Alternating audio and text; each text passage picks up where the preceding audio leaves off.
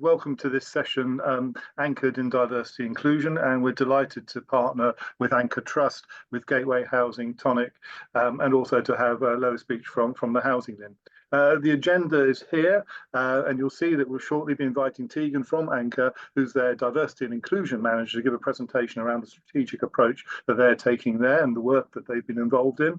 Becky, thanks ever so for joining us from Gateway Housing. I know that you're off to pastures new soon. You're the Director of Development, Sales and Property Services, and we also look forward to liaising with you in your future employ as well at Saxon Wheel. And Sharina, thanks very much. Shireen, thanks very much for coming over from Tonic Housing. We met recently at an event and you gave a really inspiring presentation about the work you're doing. We really look forward to following up what progress has been made and the work that's being done by Tonic and London and in looking at other plans as well. We'll then have a Q&A session, and we'll be joined by Lois, who's also worked closely with the Gateway team, and we'll pull together some Q&A and a discussion towards the end of this happy hour. As Sally says, do post any questions that you have, either for individuals or generally, so that we can answer those as we go along at the end. So without further ado, can I give a warm welcome to Tegan? Over to you. Thanks so much, Jeremy. So hello, everybody. As Jeremy said, I'm Tegan. I'm the Diversity and Inclusion Manager at Anchor.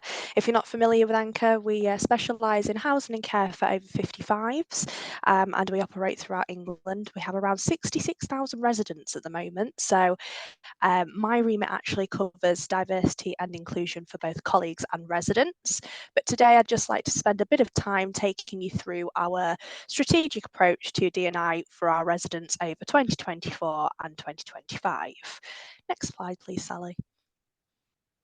So I just want to give you a bit of an overview of the journey that Anchor's been on so far in terms of diversity and inclusion. So back in late 2019, there was a decision to put a diversity and inclusion manager in place, and this was with the goal of looking at our diversity and inclusion holistically and seeing how we can improve the business in terms of its inclusivity.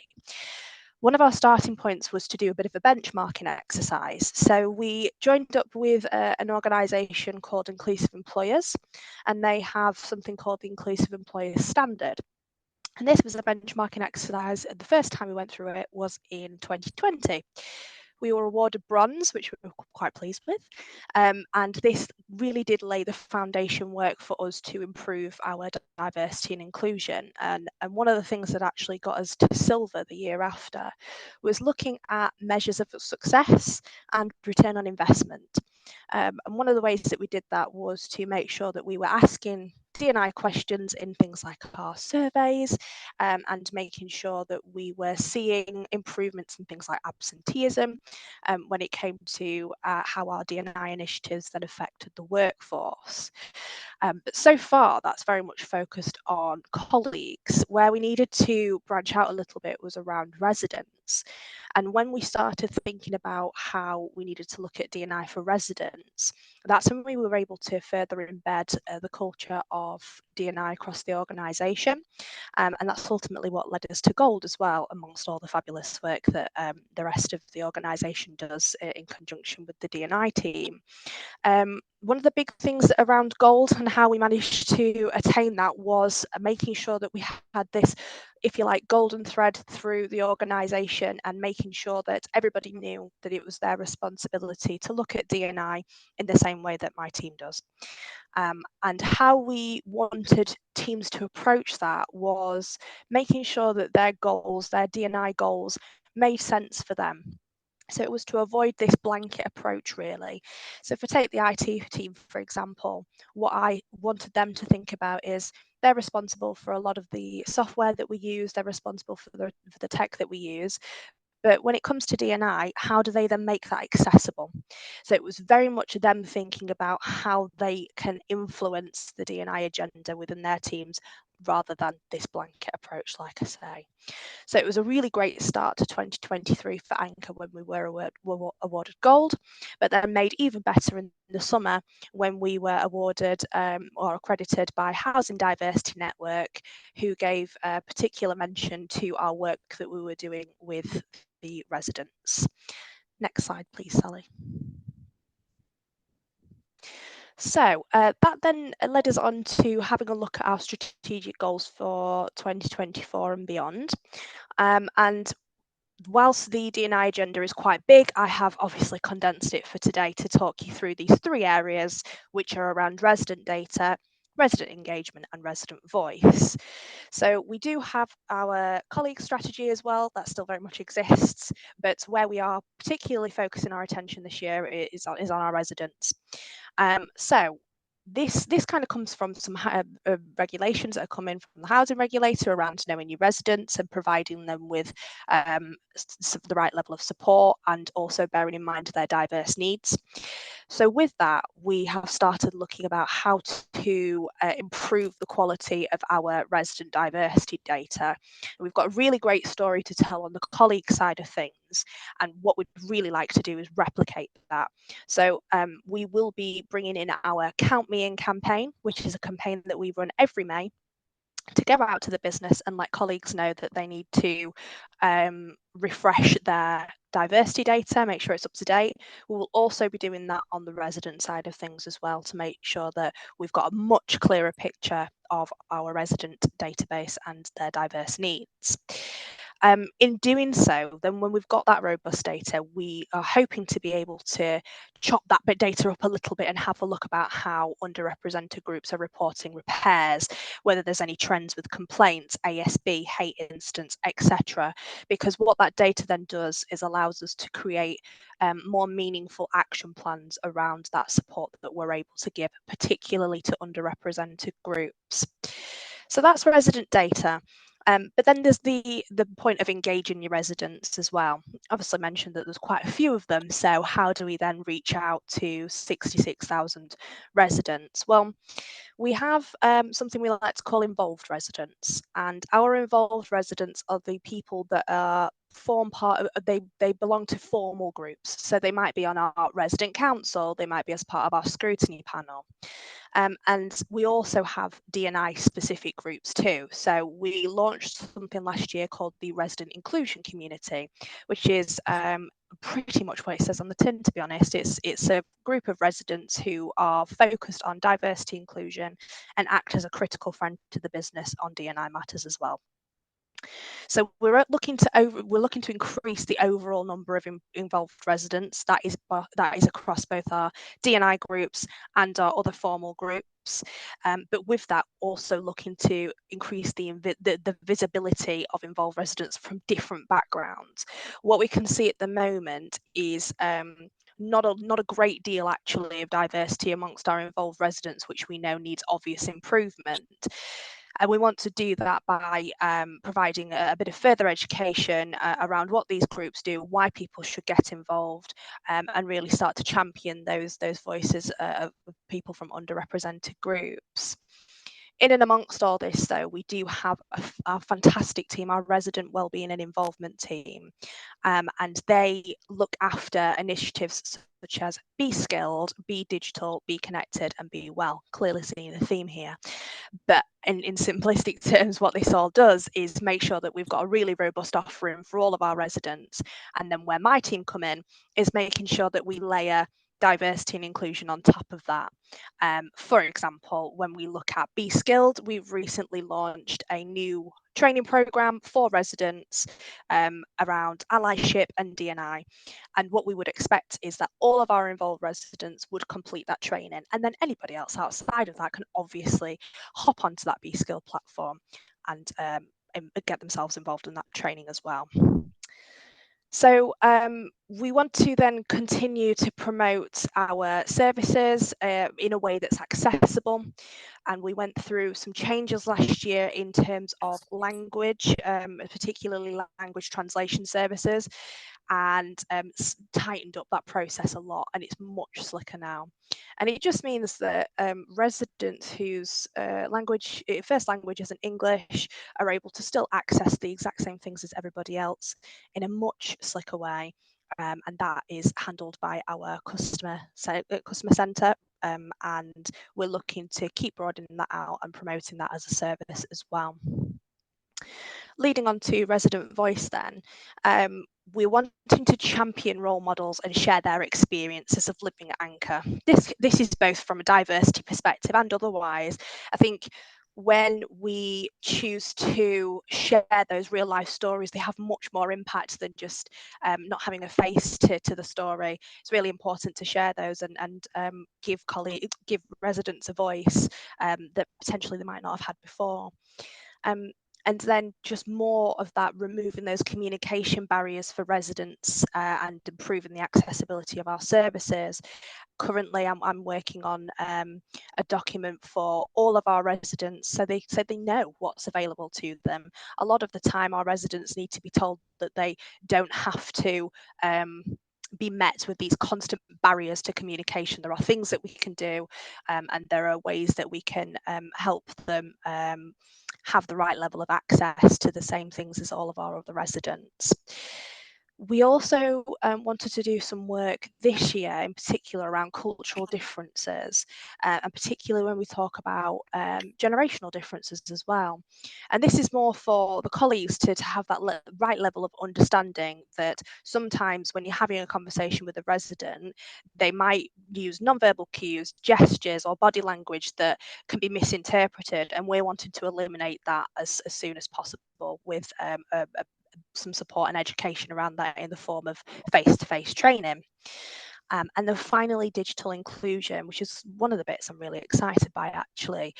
Anchor have recently taken on a digital inclusion officer, and that person will be responsible for basically getting residents connected, getting them online, getting them ready for a more digital way of communicating. But from my perspective, we just need to make sure that the adjustments and functionality of equipment are going to allow that to happen, because it's all very good and well having this vision where we can get all of our residents connected digitally, but we need to make sure that that equipment and that functionality serves them just as well as it would someone who might not need reasonable adjustments. So we've got a really jam-packed agenda, actually, of things that we need to get done from a resident perspective. And ultimately, we want to make sure that we're going above and beyond the housing regulators' demands of us as well. Not only do we want to tick the box, so to speak, but we're really quite passionate about making sure that people are living a life that they enjoy, and in doing so, being able to be celebrated for their differences and their background. So I will leave it there, and hopefully can address some of your questions in the chat.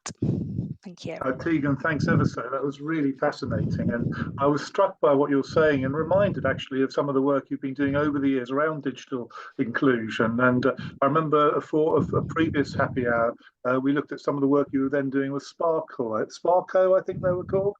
Yes. And so really pleased to hear how that and that you now have a digital inclusion officer, and perhaps that's something we can pick up on in the conversation later. So we're not looking at inclusion both from a technical as well as social and environmental, and obviously the human interface as well.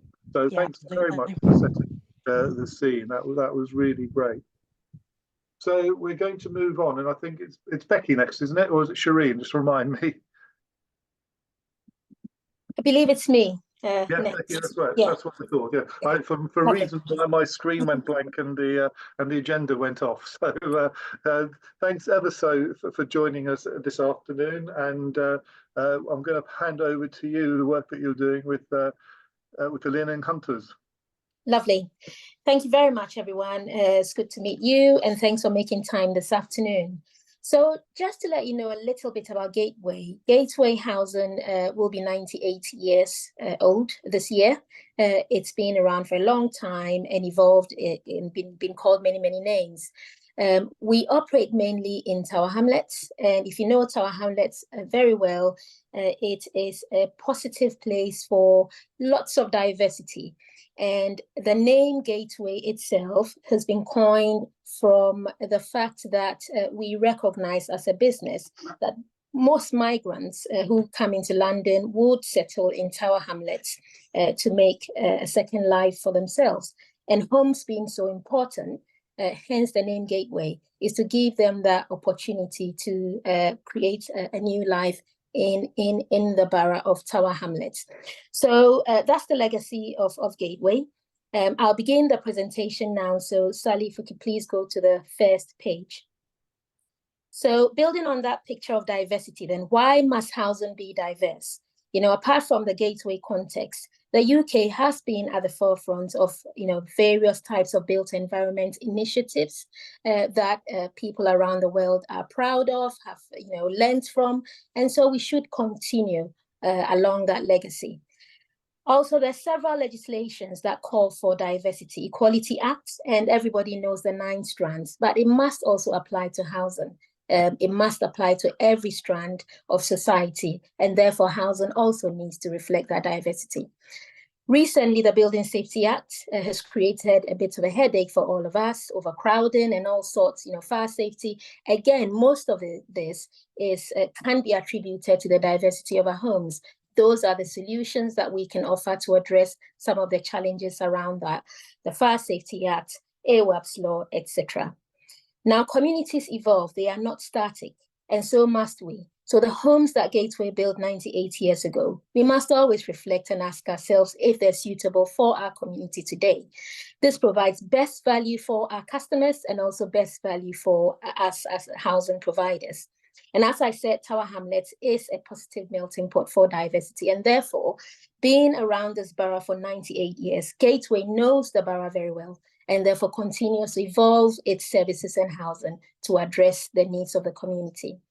We've also got a legacy of thought leadership. So Gateway was the first housing association in the borough to introduce older people's shared ownership, which we shared the learning with many years ago. We've also been working with the University of Stirling in Scotland to incorporate their dementia-friendly design into our homes. Again, this is about diversity. Again, this is about understanding our local community, the trajectory of the elderly population, what we build today, and the legacy we leave tomorrow. So Sally, let's go on to the next page, please. So our recent challenge, or the recent challenge we set for ourselves around our thought leadership, has been multi-generational housing. And how did this come about? This came about because there was a new executive mayor elected for Tower Hamlets.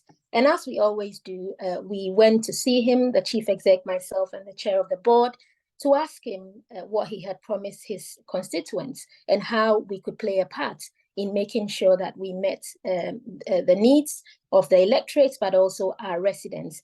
And we took away this challenge because the mayor shared passionately how the planning system was meeting most of the community's need, but not all of it. And that got us curious. And the bits that wasn't being met was the ethnic minority communities. And our residents, majority of them, are from the Bangladeshi background. And so the challenge he set us was, well, Gateway owns the largest home for the over 55s, but the Bangladeshi community, most of them would like to live multi-generationally. And so what we end up doing through the current planning system is to build these homes for the elderly over 55s, and we move grandpa and grandma out. We give the middle family a home, and then we move the kids out. So in essence, breaking their family way of life. So that got us curious, and we then decided to find out who was going to help us to research this, the mayor's challenge, make sure that we got the facts right, and make sure that we put in the right solutions. Housing Learning Network came up as a partner, and so we brought them on board quickly, and so they started the research for working together with residents, community leaders, faith leaders, and a wide network of people, including the council. So what are we defining as multi-generational housing then? It's any household with 2 adults who have a gap of 20 years between them, or any household where you've got 3 separate households living under the same roof, but must be an adult, 2 adults, and those 2 adults must have that 20-year gap. So HousingLIN have prepared a huge report, done a fantastic job, spoken to a wide group of people, and I'm going to summarize because of time. So the bullet points are there. The key points we found was that multi-generational housing was needed within ethnic minority communities, just as the mayor had told us. Overcrowding was an issue that was leading to this challenge, but also it was driven by cultural factors where people wanted to live close or next to each other.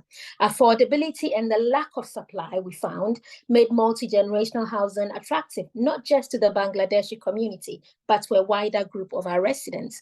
Health inequalities was a major issue. And if you look at the statistics of Tower Hamlets, you will be able to understand why.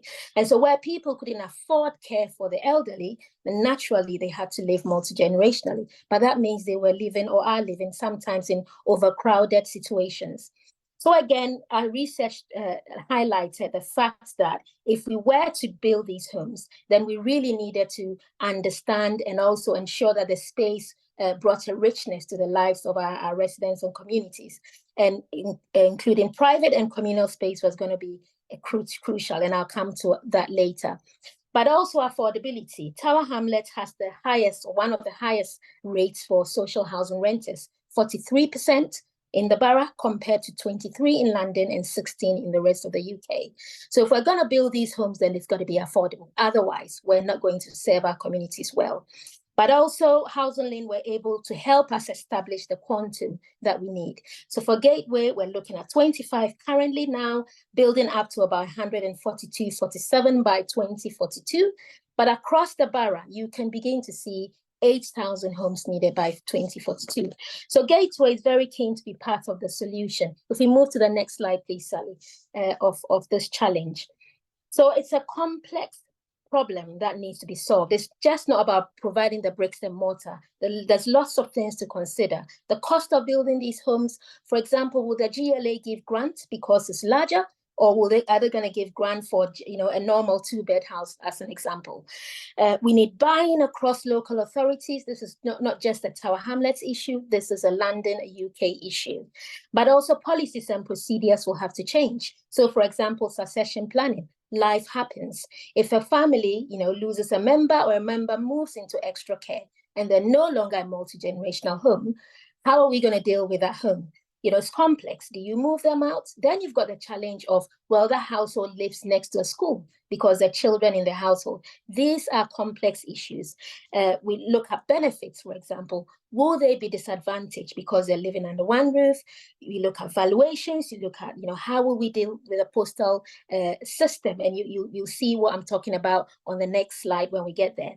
So these are complex social issues, requires collaboration, requires discovery, requires learning before implementation. But this offers Gateway the ultimate challenge yet in thought leadership, together with the London Borough of Tower Hamlets, an opportunity to address major social issues through housing. And I'm sure that Gateway will have the ambition to see this through. Next slide, please. So here are some of the examples. We know that there is a need for multi-generational now, but we also know from the housing learning research that this will might change from 2042 onwards. Therefore, the homes we build today, we want them to last 100 years plus. So you'll see here, we're beginning to work with hunters, the architects, on what those prototypes could look like. And I know HousingLIN have discussed this with residents, staff, and other community groups. So, for example, where families want to live next to each other, but not under the same roof, you can see type A to your left, 2-bed, 4 homes, which will be dedicated for multi-generational living. Where households want to live together, you can see that it's the same 2 flats now converted into one, but they can be reconverted into a single home in future. So that's what we're thinking of. Next one, please, Sally. And then here's another prototype where you've got a 1-bed property combined with a 2-bed 3 to create a multi-generational home. Again, here is an example where families want to live close to each other, but not necessarily in the same home. Take another option where we've got a 1-bed and a 3-bed 5, which has been converted into a single home. So it's early days yet for Gateway. Sounds exciting, and I know that they will see this through, but I believe that there's a lot of learning already in the sector. There are housing associations doing this, and the next steps now is to form some sort of steering group, learn from it, and then start to implement it. And because of time, I will end there. Thank you very much for your time. Well, Becky, thanks very much for giving a real thorough presentation, and you've managed to capture, a long piece of work in 15 minutes expertly. And as you say, this is a work in progress. You've been really great at extracting some of the key points already, and I look forward to further discussion. And I know that there are already questions as well as comments in the chat box with other projects, in particular the Open University project, looking at the Bangladeshi community. And I know that Sheila and Manik are with us this afternoon, and they may have some further comments as well. Well, look, we're going to move on, and we're going to stay in London, but move further west over to the River Thames. And Shireen, I'm going to welcome you, and really lovely you could join us and bring this part of the conversation to the close. So over to you. For sure. Thank you so much. My name's Shireen Balogun. I'm the community manager at Tonic. Just for background, Tonic is the UK's first LGBT plus affirming housing association. And we are based in Vauxhall, the Vauxhall area, Albert Embankment, just across of Westminster, but in the heart of Vauxhall. We are currently in a building whereby we share with another housing association. So we have 19 properties within this building, which they call Bank House. So where just based off of in terms of the D&I conversation that we're having today, the way in which Tonic, it all came together in 2014, as in it was established in 2014, but it was actually our community panel who consisted of older LGBT plus people who actually came up with what the vision would be of ideal housing for people who have as in living with the experiences that firsthand they could actually say that they lived, and also just give us or give, at the time I wasn't there, but that was done in order to make sure that any sort of the facilities or the amenities that were at Bank House were convenient enough for them in order to live their lives out. So the community panel basically were the ones that said that they wanted very specific things. Obviously, we knew it wouldn't be exactly to that, but they were very big on having certain things that meant that they can be a community together with other people, and not just, because some of them have had lived in a time where being a lesbian woman or a gay man or anyone within the LGBT plus community then was almost, illegal for some people's generations. So they wanted to be sure that they could actually, our slogan is live our lives out, living their lives out. So the whole, this steering process of this was just to make sure that they were able to do that safely in a place where it was a judgment-free zone. And because we was very aware about sharing the building with another housing association, we wanted to be sure that everyone, the inclusivity was something that wasn't just being done at Tonic. So we've always said that we wanted to make sure that there was never a them and us situation. So that was, a big thing for us to make sure that everyone in the building, whether it be by training or just by conversation and engagement, was very aware of Tonic, and obviously everyone just respecting one another. So it was things like they mentioned about having things like a laundry room, a lounge, a small library area, guest suite, and these are all things that Bank House did actually have there, which made it really something. It encouraged us to obviously go with that with the selection of Bank House, and even down to having the building being a wheelchair accessible building. It was things that was factored in for people who had mobility issues, basically. So all of those kind of things were a big important pinnacle for Tonic to ensure that, in the best way, we wanted everyone, for it to be an inclusive space, basically.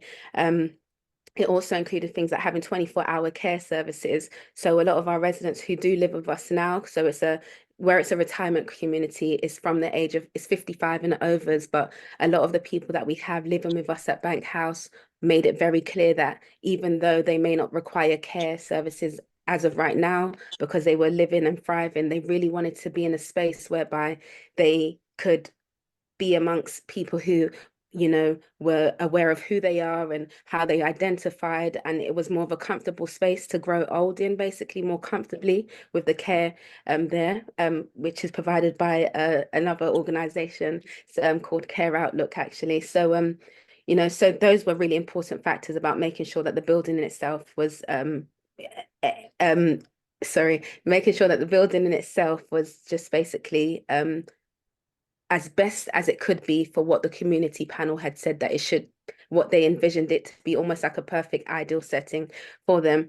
So in terms of with where we are right now, we provide shared ownership apartments. So it's 1 and 2 bedroom apartments. We have 19 in total. At the minute, we have 11 residents who live there, and we are very aware that being only able to accept shared ownership, because that's where we are currently at a stage where we only have shared ownership opportunities for people. But as an organization, us along with our board, we're very aware that we want to branch out for people who are older LGBT plus people who may not be in a position where they can actually buy into the scheme. There's people who are on our waiting list or register of interest list, as we call it, who have expressed their interest for rental properties. And this is something, obviously, because we don't want to just be seen as we're just targeting like one, you know, one group of people within the LGBT plus community. We do want to get to a point where we have people who are from other marginalized groups within the LGBT plus community, as well as so, you know, people from the trans community, people of color within the trans community. And we just want to be, we need to get to a point where we become a registered provider. So once we get there, that will mean that we are able to offer the rental opportunities for people. At the minute, we do a lot of community-led events and activities whereby we can encourage or invite these people to join us in our social events that we have, or activities that we lead throughout the week, just so that we continue to engage with them. So we do this by speaking to other organizations, you know, from we've worked with people like Queer Circle, we do intergenerational stuff as well with people like Shooters Hill, Sixth Form College, Lambeth Age UK, Stonewall Housing, who have drop-in sessions whereby they assist people with housing queries or housing needs. And although we can't directly say to them, you know, we can offer them a property with by going, because although we wish we could, of course, although we know that we are only small in numbers at the minute, and we also can't provide the rental, Stonewall Housing having the drop-in enables us to form relationships with some of these people so they can continue the discussion about when we eventually get to the point of being a registered provider and have the rental properties to offer to some of these individuals.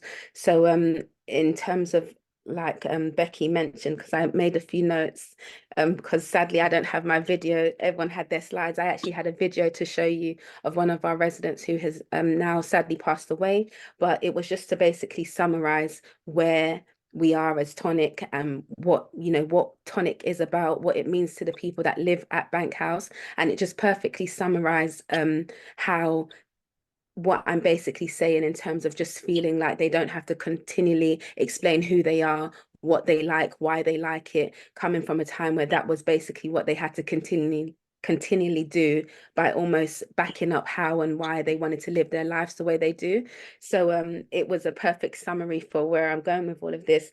But I just wanted to just also mention with what Becky said about making sure that, you know, having what we had as a community panel, like the steering group to lead it down, talking to the people who have firsthand, you know about the situations that they're in and what will be ideal housing for them. I do genuinely think that that's a great idea, and believe that the community panel, as well as obviously the GLA, who with the loan that we were the loan in order to get the place of Bank House with the properties, the community panel were a big force in making sure that the selection of Bank House and us being in that location was ideal for the people that we was who now live at Bank House.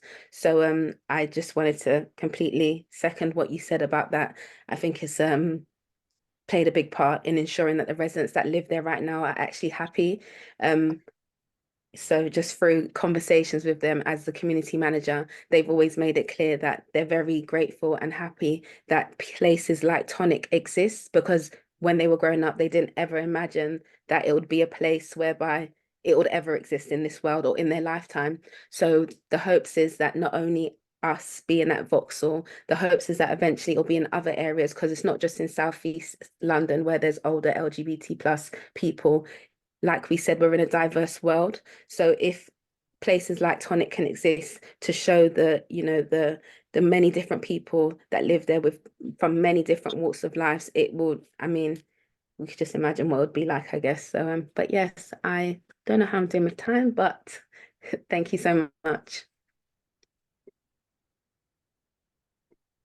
Well, thank you, Shireen. That was great, and it's been really great seeing Tonic progress over the last few years. I think it's 10 years nearly from the inception, and it's come a long, long way. Not just at Bank House, but I also think in terms of how it's informing and influencing a national conversation about this. And we're seeing developments being proposed and taken forward in a number of other cities in England and across the UK. So I think you've been pioneering as well. So it's been great to see that come to fruition, and for you to share with us today from a community perspective, what's happening on the ground. So thanks ever so much. Before we break for sort of a conversation and to answer some of the questions and take some of the chat, I just wanted to ask Lois if she had any observations from either the work with Gateway, but also, Lois, I know that you represented the LIN on some work with other Southeast Asian communities in other parts of the country. We've been probably a little bit more London-centric this afternoon, but you've also done work in West Yorkshire and other places. So do you have any observations from that and other work that LIN's been involved in? Yeah, I'm happy to reflect. I mean, it was, yeah, I can sort of talk about our experience doing the work for Gateway, but also kind of how we've worked in other areas, and perhaps some of the findings in those areas have been quite different in terms of the housing needs of different diverse groups of people. So I guess before we started the work with Gateway, we'd completed some work in Turklees.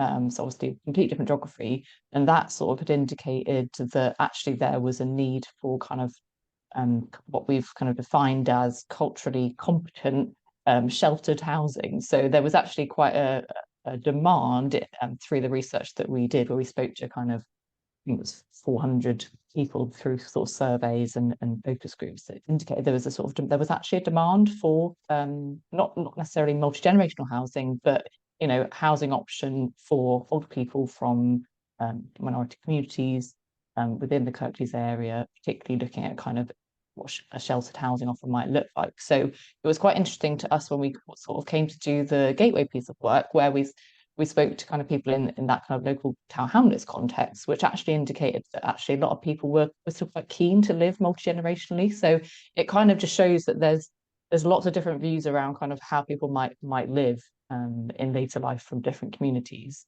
And so yeah, that for me was a really important reference. I guess another thing that struck me through the Gateway work was around thinking about the future. So we spoke to some people sort of my age, so sort of in their 30s, around what would they want. And I know Becky kind of touched on this, and actually it was a conversation I think that people may not have actually had before, and it was quite interesting to hear them talk about the changes that might happen culturally in terms of living with mum and dad or family relatives, for people that are my age that might not necessarily be thinking about it for their children, for example. So that was a really interesting thing, and I think it links into what Becky was saying around having to plan for the future, and ensuring that properties can adapt to that is really crucial. And I think one of the kind of recommendations we were looking at was around using existing properties as well. So how we might be able to use existing homes where people actually, one of the things we heard was that people just want to live really close by and next to each other. So how can we support that with existing housing stock?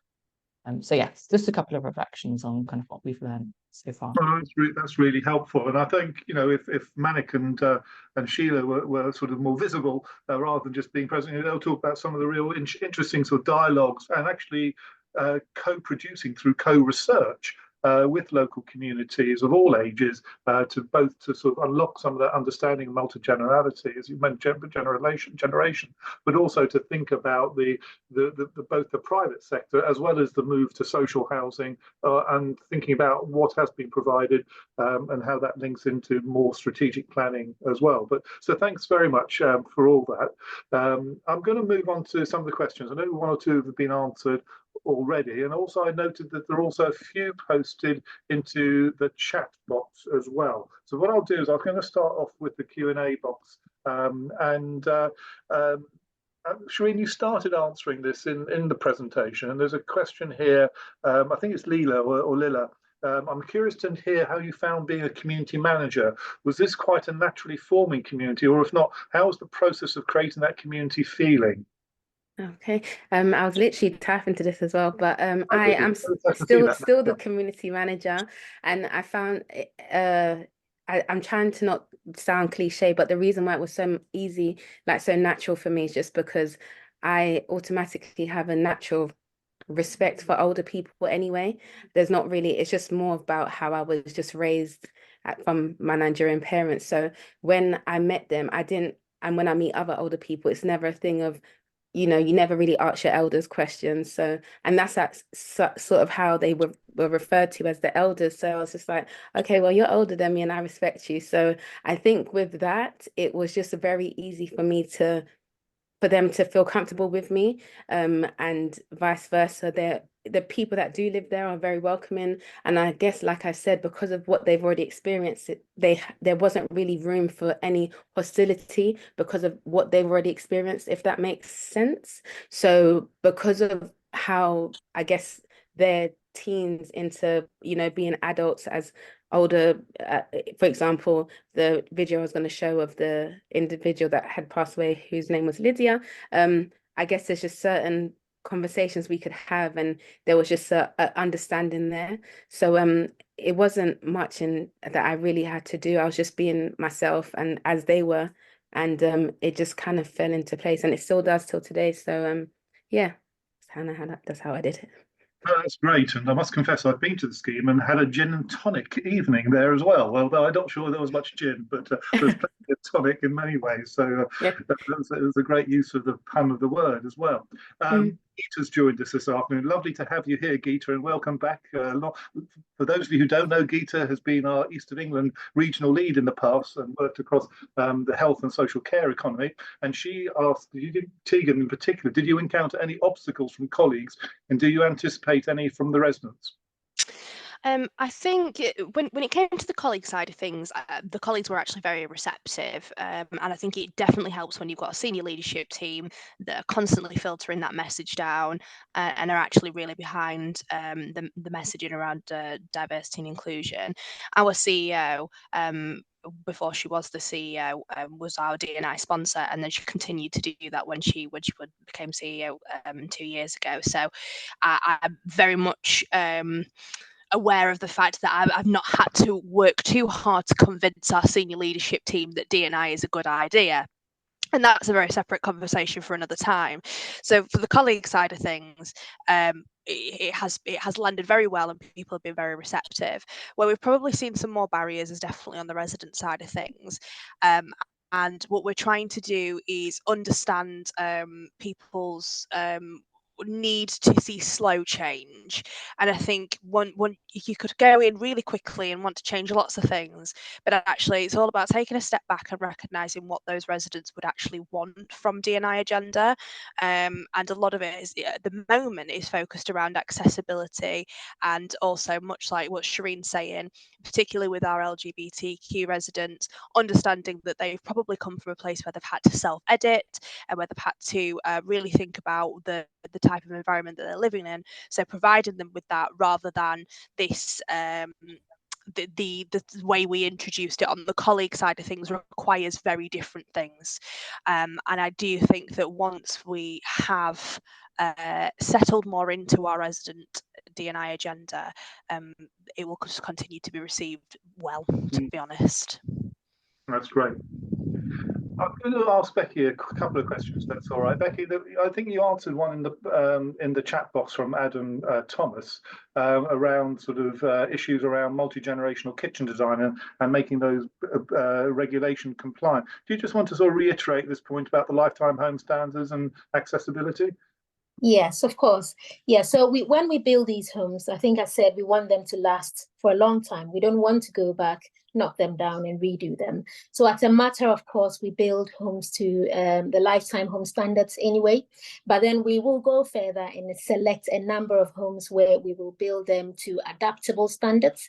An adaptable standard means that it's got the space and it's ready to be adapted in future should a resident need it. We don't have to rewire, it's all there and that's been done. We build some to accessible standards. These are the ones where straight away we've got the adjustable kitchen worktops, the adjustable wash hand basins. So we will do this based on intelligence and the need within the community. So yes, in every scheme we build, we've got these lifetime standard across board. A number will be adaptable and a number will be accessible. You're muted. Yes, I realised. Sorry about that. That's the first of the year. I was then going to ask a question that Anna's posted in about refurb, but I think you partially answered that about sort of thinking about what are the implications of the property for refurb development as opposed to standard build. Are there any other points that you wanted to mention? She touches, for example, on things like succession planning. Yes, of course. So yes, that's a key issue. And I think Lois also mentioned that. Yeah. There are two aspects to this. Multi-generational housing can be brought forward through existing stock. And in fact, it's one of the things that when I had a meeting with the members of the council, they said, why don't you pilot it using an existing stock? Let's learn from it before we roll it onto the new build side. So yes, we can refurbish, and there are many ways of doing that. And I know housing associations like Family Mosaic, before they became Peabody, did things like that. It's not new, where you expand it for a multi-generational family.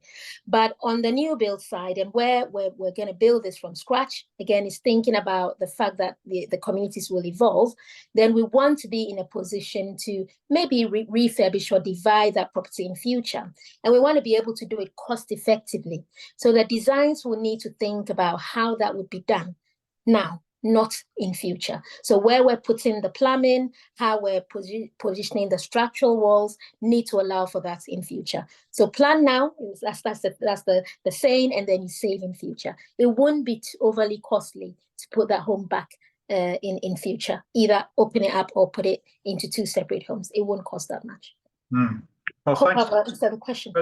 That's really helpful. I'm just going to stick to the sort of design things because, again, not in the Q&A box, for those of you who've been sort of scouring the chat box, Duncan raises an interesting point about the learning around multi-generational homes. Now, this may again be you more, Becky, but he says in Gloucester, we're keen to provide double occupancy homes, and then he describes the issues around that, and then saying that some of the operators, mainly the housing association, are sort of offering other types of accommodation. So instead of looking at 2-bedroom, 4-person, they're going 3-bedroom, 5-person, or 4-bedroom, 6. Are there any? I don't know if you've seen this question. So maybe I have. Yeah. So have you got any thoughts on this for Gloucestershire or County Council or City Council? Yeah, I empathize, Duncan. I know that when you're at the forefront, you're seeing these residents and you know the needs and you can sense the frustration in families wanting a suitable home. At the same time, I also see, the challenge from the housing association's point of view, because they're looking at funding, they're looking at cost. They're looking at, this is what we can afford. And I think these things can be possible at a strategic level when there's partnership. Because, for example, if the county council agree that by bringing one multi-generational home forward, actually that accounts to 3, then you encourage the housing association to do more. But when they go into the planning, process, and the officers dealing with it don't have that strategic understanding, and are assessing the issue as apples for apples, then the housing associations will get discouraged because it's going to cost them more. They're going to bring fewer properties because these are larger homes, and it's going to cost them more. And nobody's going to give them additional grants for it. So you need a strategic leadership process to make these things possible. Yeah, no, that's helpful. Thanks for that. In the meantime, just to say, Sally's posted a blog that Geeta has written for the LIN some time ago. But I think this is following was it a Winston Churchill Fellowship, Geeta? Possibly it was, but thanks very much for that. And we've posted that in the chat box. There are a couple of questions that I wanted to ask, which I think, Tegan, you started answering or may have answered. But I did think, just in case people haven't picked up on it, one of them was around who you use for translations. Do you just want to share that information more widely? Yeah, absolutely. So we use a company called Codex at the moment. They do our language translations, and they also do our Braille translations. And how we have the system at the moment is that we will log on Northgate whether that person needs that translation along any other amongst any other accessibility requirements that they have. That will then go away with the document. Codex will do all the magic in the background. She's fabulous, and then that'll come back to us. And one of the key things we do as well is we store them centrally, because it's likely that, for example, if someone asks us to translate a tenancy agreement into Urdu, chances are that may well happen again, and providing that tenancy agreement hasn't changed substantially, we've already got it there ready to use within Anchor, rather than having to go through that process again with Codex. Brilliant. And if it's okay, Tegan, can I just continue? Because Niall also asked about, do you include age as a diversity category? And you did start answering this, so well, you may well have answered this. So do you just want to reiterate what you said?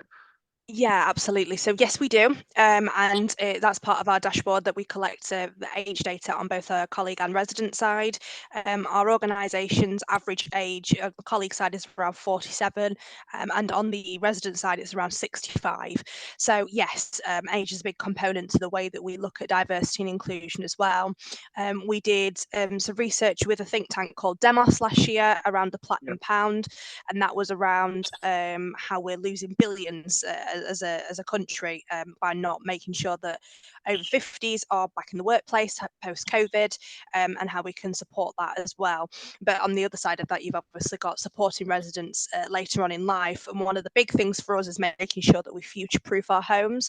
We know that we've got an ageing population and that people are living longer, and ultimately that might come with more health concerns. It might come with more reasons to have a look at our accessibility. So we then have to make sure that our new developments are designed in a way that takes that into consideration. So yes, age is definitely a big factor for us at Anchor. Yeah, well, thanks for that. And I know that we have a blog coming out this week which looks at some of the issues around age diversity from a planning perspective as well, and looking at what local authorities can be doing under the National Planning Policy Framework. I'm conscious you're talking more from a workforce and a residents perspective, but also strategically how to think that through is important. And again, I think Becky asked a question about owner occupiers, and I think Shireen, you talked about various sort of 10-year options as well. Do either of you have any thoughts about whether the sort of initiatives and the way you're working sort of enables people who are owner occupiers also to be included in these conversations? I'll let you answer first, Shireen. As in with regards to the sorry, can you just repeat? I think you I can't remember, did you say shared ownership and social rented?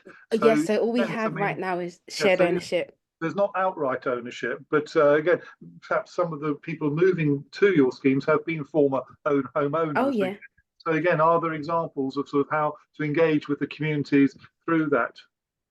Oh, so with the sorry, I'm not quite getting what you're asking. As in the people that have.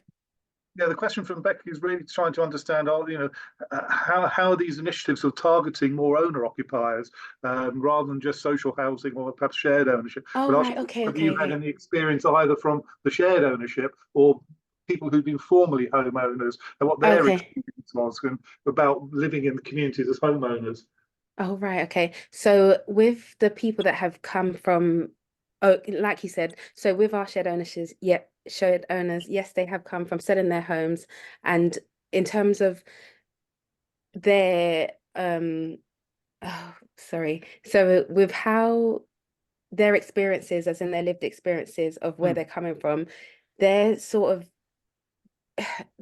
mainly friendship groups, because of a lot of them don't have so if it's a couple, they tend a lot of them don't tend to have like children who they know, so a lot of them get a lot of advice and conversations from their friendship groups who sort of are doing similar things by being homeowners. But for the ones that have taken the step into being at Bank House, it's more to do around with their health and knowing that there's an option to adapt the properties that we have at Bank House, because it's almost like the most modernized blank canvas for them if they do need adaptations, or if they do need to tweak like the certain things. So we've got like they've done it in a way whereby, for example, with the bathrooms, you don't have a bathtub in there, but everything's at good height for if and when they end up in a situation whereby they will need an aid to walk with or something. So they've set everything at certain levels, even down to the sockets, the switches,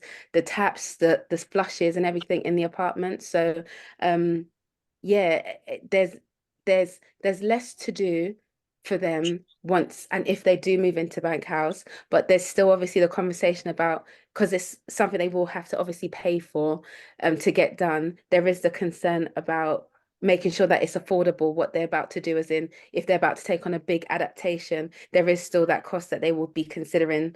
Yeah, does that make sense? It does, and I think what you're saying, which I probably didn't articulate well enough, is what is the exclusion that many people feel in the community, but also then overlay that with perhaps increasing frailty or age or health reasons. And again, what you've talked about, I think, is the sort of link to compassionate care that the community at Tonic both build, provide the resilience themselves, but also accessing through Tonic. So no, I think you did. That's great. Thank you. No Look, we've got worries. 4 minutes, and I just want to come quickly to Lee. Lee asked one of the first questions, which is, how would you address substance use or disorders? Is this something that's big in the sort of the work that you're doing, Tegan, for example? No. No, not for us. We're very much focused on over 55 later living, and that would be it would be a secondary need, but it's certainly not something that I know anything about, unfortunately. Well, Lee, I'm going to come back to you on this just to say this is an area that we're very keen on at the Housing LIN. You may know that the team have worked with agencies involved in alcohol, drug, rehabilitation and support. So it is something we will pursue both in looking at in terms of mental health as well, looking at mental well-being. So do watch this space. We will come to and do some future happy hours on that. Once we've sort of worked out our full program for our spring summer series. So do watch this space. And finally, I just want to conclude with a question that was posted near the end. Peter Monk asks about active travel and issues more broadly around encouraging sort of sort of around cycle routes and the infrastructure. And was just wondering what we think about how well Housing LIN partners were reflecting the recent Public Expenditure Select Committee report into the design of new older people's housing. So this is it's probably much more linked to public transport and that infrastructure, including cycleways. Any immediate thoughts from Becky or Shireen or Tegan? I'm going to pass this one, I'm afraid. Yeah, no, Peter, I think it's probably slightly too technical for us in this session, and perhaps there's again something we can engage with us out of this happy hour. Perhaps we can do a separate happy hour on highways and infrastructure with active travel. I know that active travel gave evidence recently also to the committee report on health and housing as well. So there's some really important links there to be made.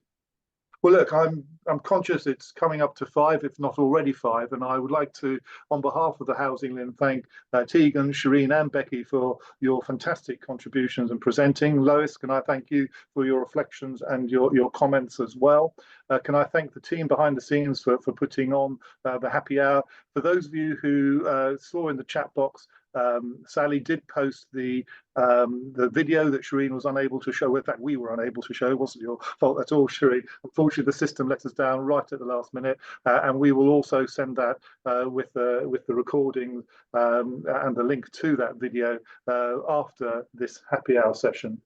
This was our first happy hour session of the year. It was a one-off and a special because we felt this was really important. We're actually going to continue the theme of equality, diversity and inclusion in our upcoming HousingLIN Summit. If you haven't already checked it out, we've just posted the link, thanks Sally, in the chat box, and there is a dedicated session on, I think it's the Wednesday morning, which must be the 28th of February, where we're looking at the work, including with Sheila and Manik and Bashir from Bangla Housing Association, as well as work from University of Worcester on their dementia project, and some of the work that Housing 21 are actively engaged in as well. And I believe Tina is now at Housing 21, who formerly was at Stonewall, making the link with some of the things that Tegan was saying earlier. So can I thank everybody for a fantastic session again. We will close abruptly, and then for those of you who are staying on, please do complete the short questionnaire. That really helps us to sort of tailor our happy hour webinars in the future as well. So thanks everybody, and have a pleasant evening.